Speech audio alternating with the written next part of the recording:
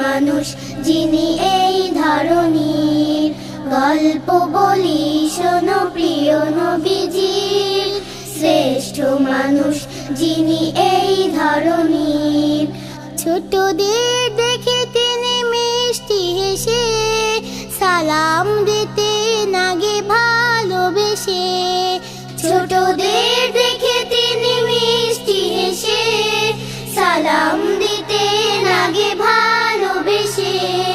চোখ দুটি ছিল তার শান্তির নীর, চোখ দুটি ছিল তার শান্তির নীর। পরম ঠিকানা যেন গরিব দুঃখীর, গল্প বলি শোনো প্রিয় নবীজির। শ্রেষ্ঠ মানুষ যিনি এই ধরনীর, গল্প বলি শোনো প্রিয় নবীজির।